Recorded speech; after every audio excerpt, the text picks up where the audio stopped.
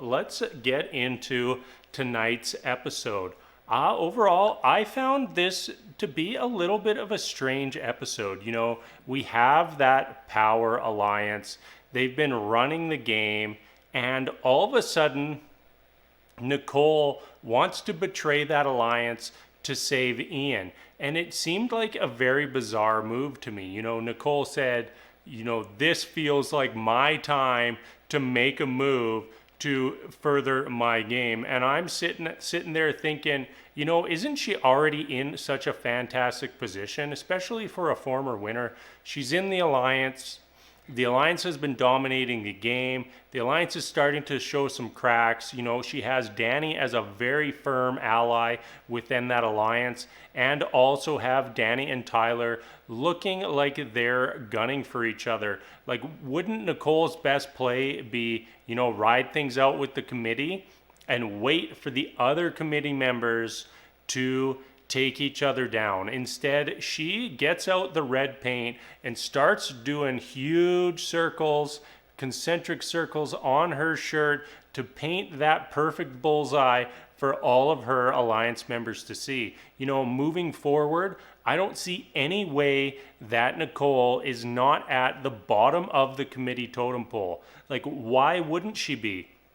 Like, after she went around and actively went to Memphis and Cody, we didn't see her go to Christmas, and tried to convince them to vote out their alliance member Tyler. Very, very poor gameplay in my opinion, and I think that it's safe to say that Nicole Franzel is not going to be the winner of Big Brother 22.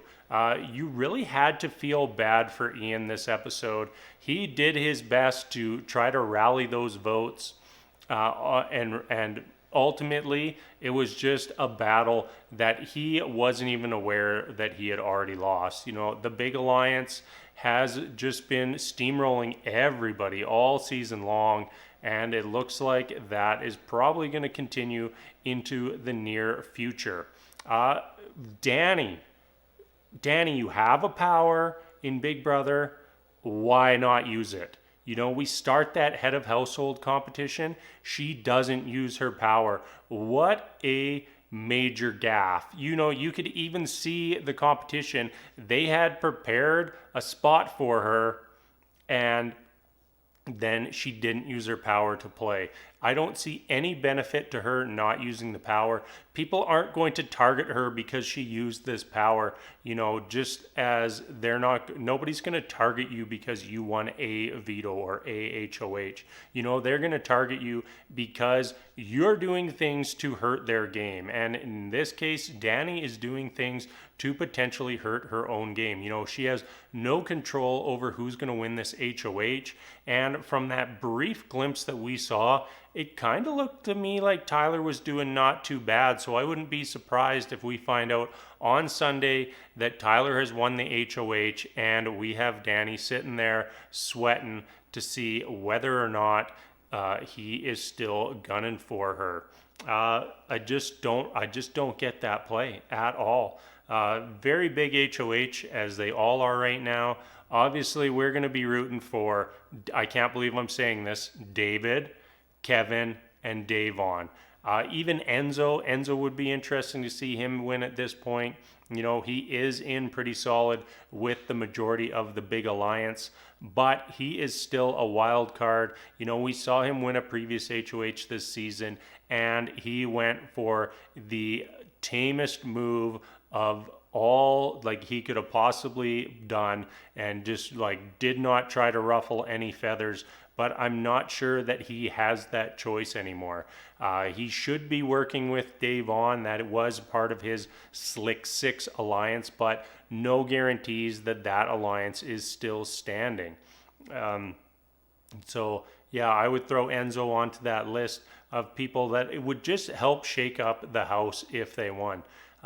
We got a little spoiler of a little twist coming up, and that's, I think they just called it the BB neighbor, and I'm sure it's going to be just another room like the BB basement or the safety suite. And they said a BB legend is moving in. My prediction is that it is going to be Dr. Will. I've seen some tweets of him basically saying things like, "You want to save the season, bring me into the house," like that, along that sort of line.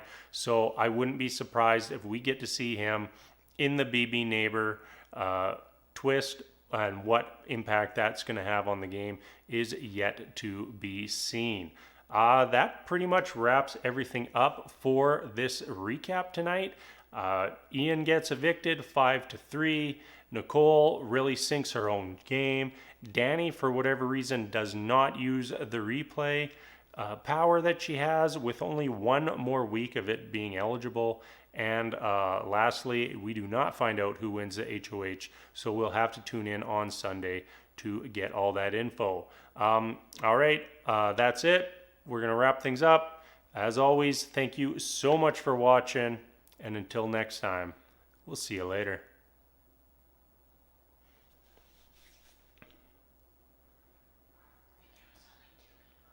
I peaked at 3.